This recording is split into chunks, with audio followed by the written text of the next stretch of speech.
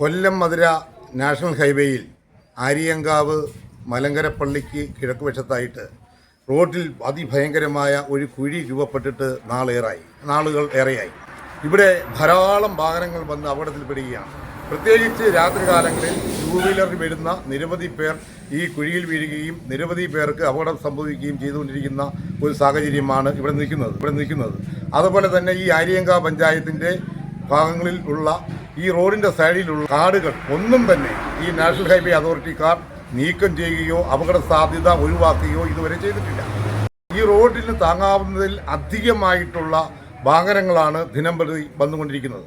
ആര്യങ്കാവ് പാലരുവിയിൽ തമിഴ്നാട്ടിൽ നിന്നും കുളിക്കുവാനായി തമിഴ്നാട്ടിൻ്റെ വിവിധ പ്രദേശങ്ങളിൽ ദിനവും ആയിരക്കണക്കിന് പേരാണ് വാഹനങ്ങളിൽ എത്തിക്കൊണ്ടിരിക്കുന്നത്.